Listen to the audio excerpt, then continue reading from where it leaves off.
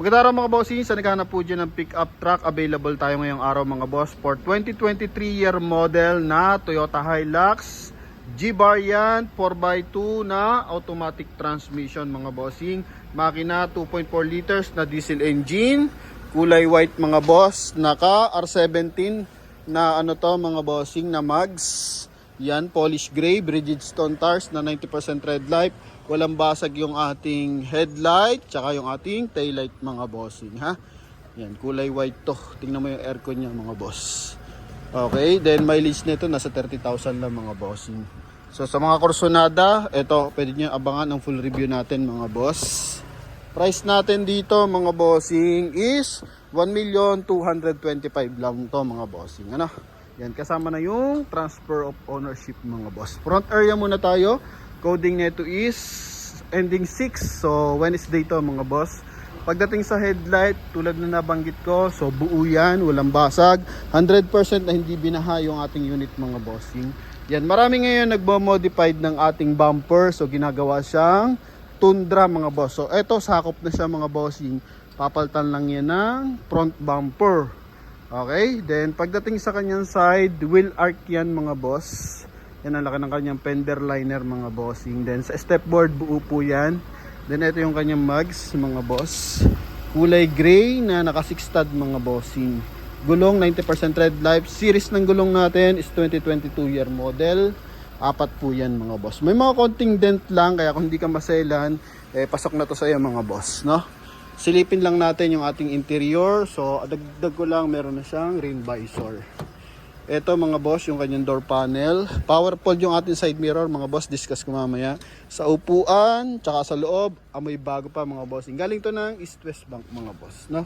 Panalo natin to sa bidding. So bihira tayong kumuha sa bidding ngayon mga boss. Kasi maraming no showing na bidding. So pag ganon, may mga nakasama kasing binaha doon mga boss. Kaya dito lang tayo sa mga klarado. Kahit medyo mataas na kukuha, at least 100% na check natin na hindi binaha yung sasakyan mga bossing para sulit yung pagbili ng ating mga viewers and buyers. So leather, yung kanyang steering wheel, mileage niya is 30,289 with CASA record to mga boss. Naka 2-din oil system, naka automatic climate control. Ito mga bossing, formado yung kanyang ano, yung kanyang dashboard. Okay, so basically lang naman, di ko lang makita kasi medyo madilim. May silver accent siya dito mga boss sa kanyang dashboard. Connected dito sa kabilang side. Yan. Then dito naman is powerful yung ating side mirror. Yan. So meron na rin siyang signal magkabilaan. And same time power adjust yan. Ito mga boss. So check na rin natin na maigi. Okay. Yan mga boss. Then dito naman mga bossing, hands-free connection para sa ating 2D energy system. Dito is meron na siyang Android Auto, then Bluetooth connection, USB. So pwede na rin mga boss. Sa baba naman is dito 12 volt socket mga bossing, then stability control, magkabilaan 12 volt socket yan mga boss, no? Tatlo ang available natin sa susi mga boss ha. Dito USB port. Yan, pwede ka rin mag-mirroring dito mga bossing.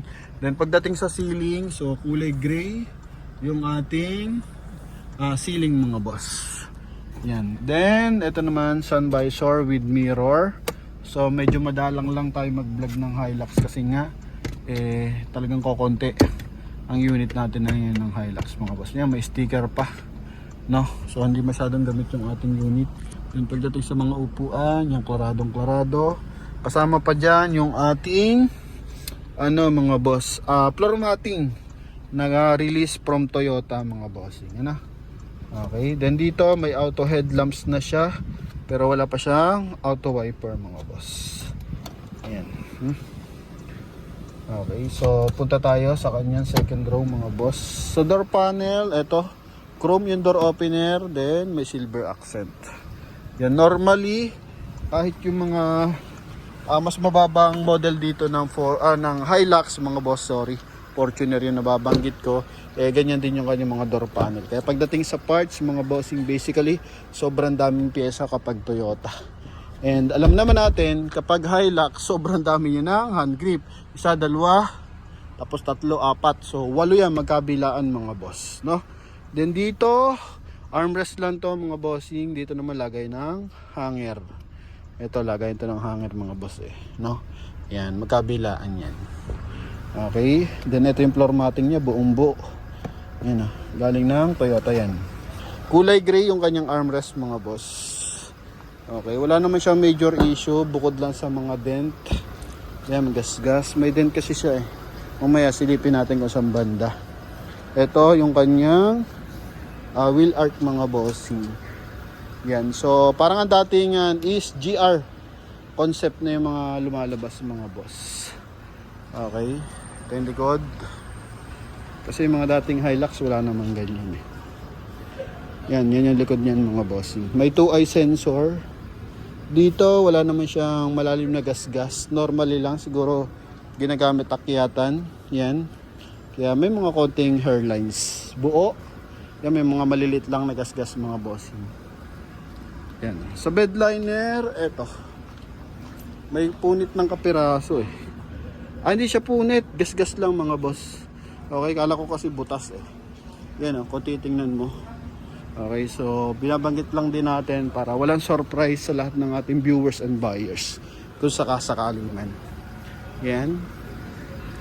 Ito yung kabilang side. Yan bango ng loob mga boss. Okay, presyo nila dito binanggit ko na 1,225,000 mga bossing. So dapat 1,280 ata to mga boss. Pero for now binigay na natin for 1,225,000. So, syempre, check pa rin natin yung kanyang engine bay. Dito mo tayo sa kabilang side. Ito may aircon mga boss. Grabe. Moist ang aircon, Ayan. Then dito may sports mode mga bossing. Eco mode and power mode mga boss. Ayan. So, kung gusto mo, mas malakas yung makina natin, ito. Bibigay siya ng additional na horsepower. Yan. And same time sa eco naman, so ano lang talaga to. Normally lang takbo ng sasakyan, mas matipid sa fuel consumption. Then dito naman may plus minus. So wala siyang paddle shift mga bossing, pero may plus minus siya dito. Pero pwede ka ring mag manual mode mga bossing, no? Yan. So kapag naka manual mode, so para kang normally para ka ng manual. Kumbaga, depende sa iyo yung shifter ng depende sa iyo yung palit ng gear mga boss, no, sa driver. Yan. So, ito maayos to mga bossing. Okay. So, check natin yung kanyang hood tsaka engine bay. Yan. Okay. May mga mancha lang pero hindi siya gas-gas. May nakita content dito mga bossing. Turo kasi natin. Ito pala, boss, tas dito. Yun lang. Mga hiwa-hiwalay lang mga bossing. Pakita natin yung makina. Ito yung engine natin. May kulay gray siya sa kanyang bonnet. Yan kulay gray accent yan. Then, ito yung ating engine bay. Naka-Amaron battery mga bossing. Buo yung ating hood mga boss Okay. Ito yung kabilang side.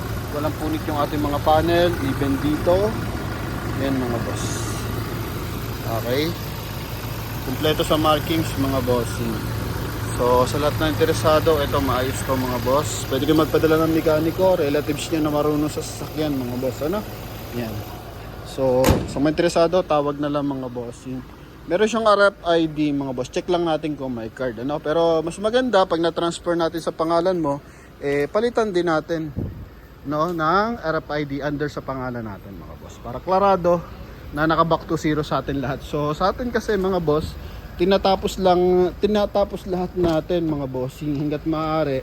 Pati yung transfer of ownership. Okay? Kasi, siguro kung maisipan mo, meron kasi nagbebenta na after a year pa nagpapatransfer.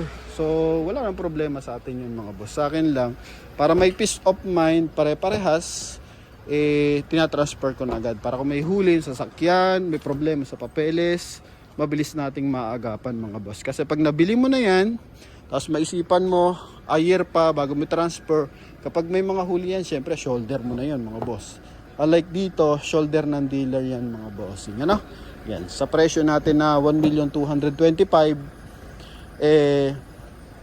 pwede mo na ito makuha kasama yung transfer of ownership mga boss.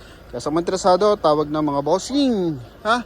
Yan, ganda ng kulay white mga boss. Thank you. And God bless. Sa nangangarap dyan ng Toyota Hilux, comment mo kung saan lupalop ka na mo nanonood mga boss. Thank you.